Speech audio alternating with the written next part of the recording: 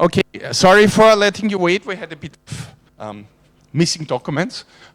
So please, Sathapon, open source AI agent. We are a bit late with your talk, so please start straight ahead.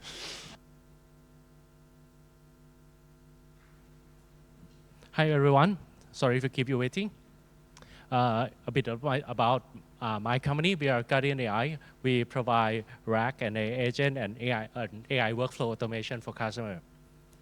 And here's our work, a bit of award we have got, and some of the position I support the community. First, what is AI agent? Sorry, this is supposed to be a video, but I think every one of you who has been on the internet this for the last couple of days have seen this photo. It's a video of AI that help you manage like hundreds of social media accounts from just one screen. It helps you upload, take action, comment, and everything without API. It work with all the social media accounts through the screen. It's not through API, it's from the screen. You can see from that. And secondly, OpenAI just launched a new tools, which is the AI Agent SDK, and also new set of API that fully support the AI agent development. And from the investment perspective, you can see that the funding flow a lot into AI agent development as well, which leads us to the belief that this year is the 2025 is the year of AI agent.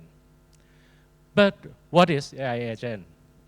I'd like to start from the problem of AI assistant today. First, like ChatGPT today, it's lack of autonomous. It did a command from us to take action. It can do some reasoning, but cannot do multi-step complex reasoning. It can't collaborate with each other. It's still sequential processing. If you need to chain multiple AI together, you need to work one by one.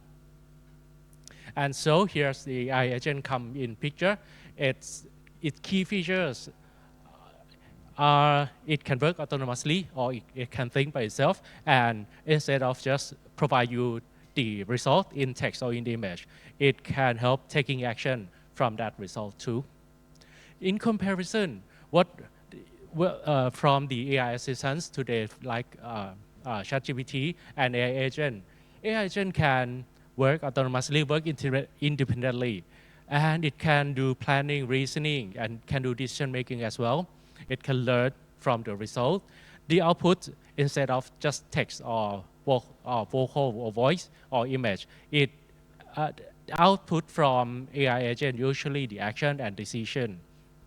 Autonomous, if AI agent has very high autonomous, it can think, it can plan by itself. It can interact with the environment, it can interact even with the agent itself, and also it can perform the complex action.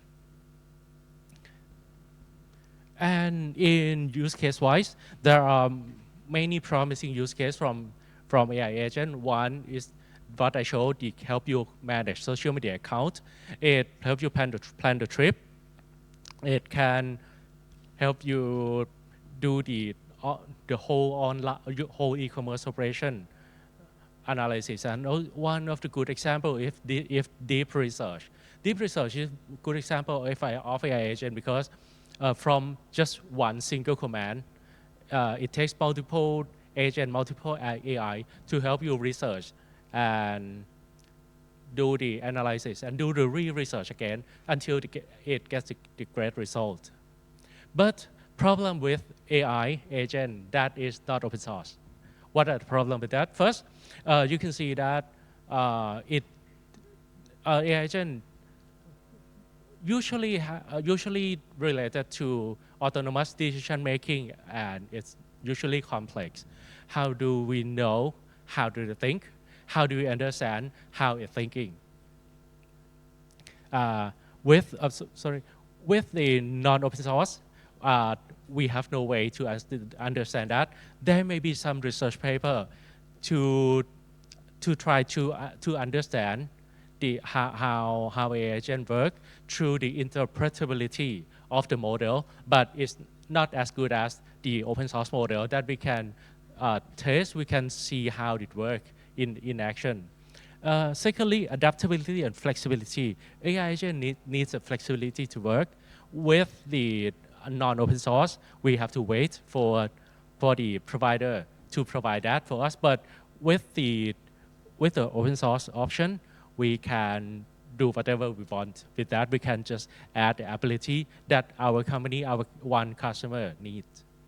Third one, safety and reliability. Because in the future, today and in the future, AI agent will take action for us. So it will be a lot safer to understand how much we can rely on that, how that model make decision.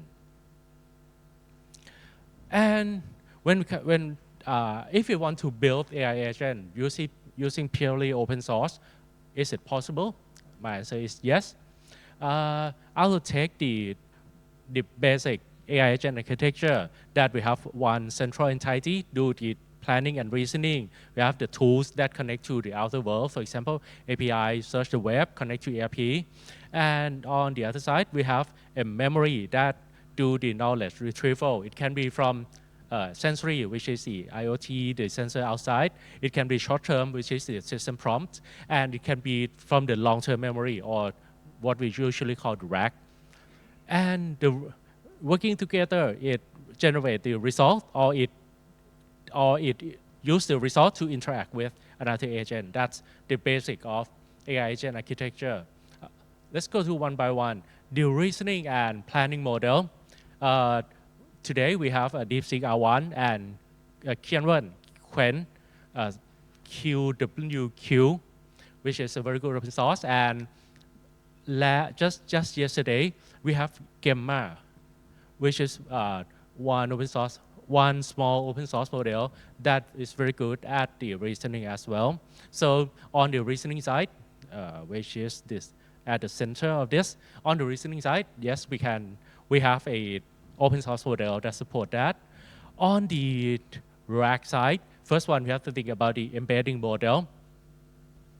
Luckily, we have a benchmark on the embedding model. You can see at the Hugging Face.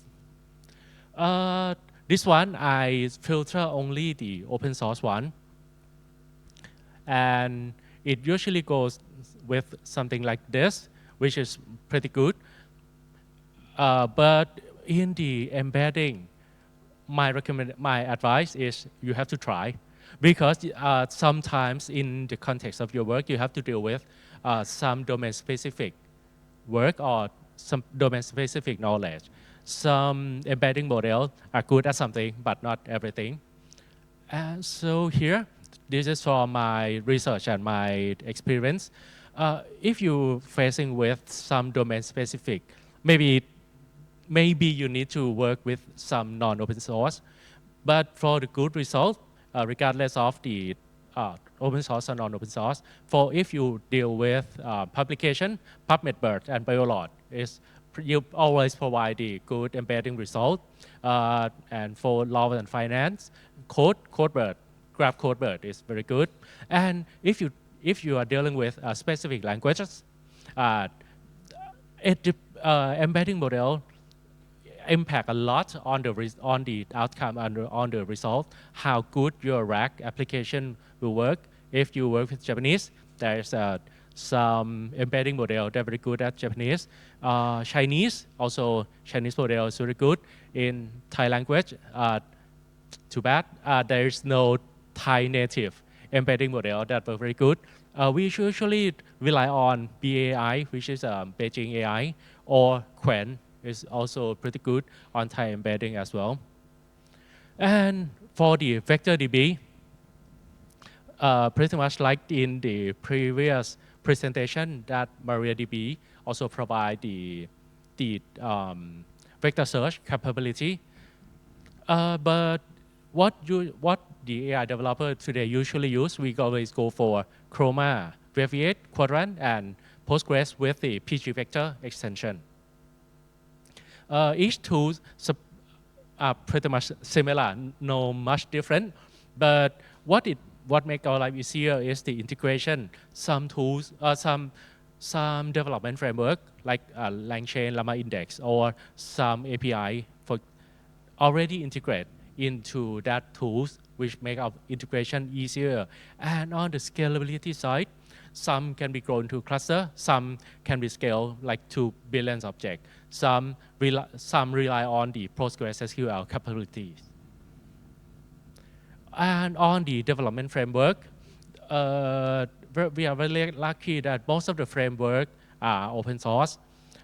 The most popular one right now is LangGraph, which is one of the family of LangChain. And Crew AI, this is very good as well. It provides a lot of tools in case you need to build a complex multi-agent ecosystem. Microsoft AutoGen, this one is pretty good as well. It works very well in the multi-agent with one single orchestration. If you are dealing with an environment that we have one agent orchestration and multiple sub-agents that talk to that orchestrator, Microsoft AutoGen is the go-to tools for this. But you have to be careful because it updates quite frequent when you work with that. Check with the version of the document as well. And the last one that just launched a few days back is the AI agent from AI agent SDK from OpenAI, which provide a lot of interesting features. For example, it built in the guardrail. Guardrail is how you prevent user to ask something you don't want, or prevent the AI to answer something you don't want. For example, you build an AI agent for finance. You don't want your bot answer something that's not related to your application. And also it provides the exit point as well. It provides a stopping point where you tell AI agent that it needs to stop. Because in other AI agent, when you let agent think for itself what to do, sometimes it works indefinitely, think and work indefinitely. The OpenAI agent framework provide the exit point. This is very interesting point. And also last one, the open source is not just about the code.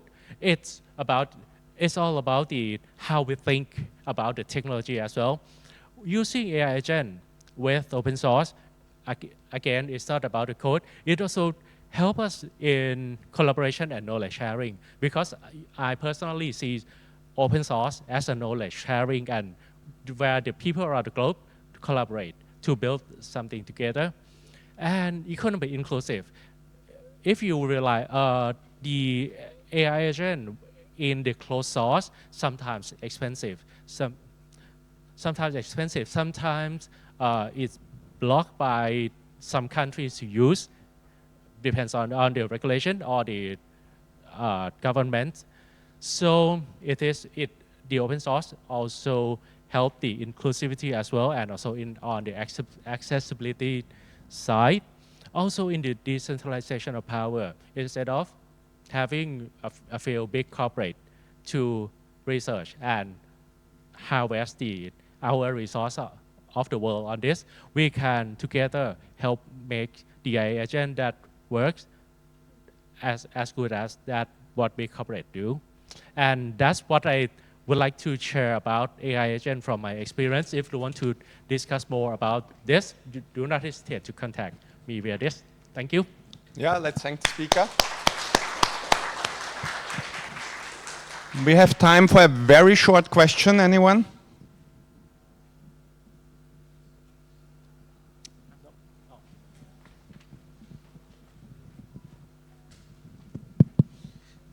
Hi, Mishari Mukbul. So how good is the support for Thai language now? Because traditionally, I mean, I've noticed that there are problems. It's either not natural, or occasionally we get artifacts in Chinese. Okay, good question. Okay, when we talk about supporting in Thai language, I guess you mean the language model that support Thai.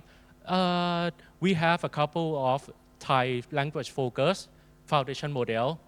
I think we have 4 to 5 language, but most of them are the fine-tuned from the Chinese model, which is a Quen or Kien Ven. So sometimes it is possible to generate something that's not related and with Chinese influence. But I think we are getting better with this. We are going to have our Thai language focus reasoning model as well, going to launch, I think, this month. So just small like a sales point. If you are interested in helping to improve the data set for teaching Mozilla Common Voice, there is a booth for the Common Voice. So if you're a Thai speaker, thank you. Please come and join in and let's help make this better. Yes, I would encourage everyone to support this initiative. No time, but I had the same question just for Japanese, because for the Japanese models, often strange characters pop up still. So I was interested, but time running out. Please thank the speaker again. Thank you.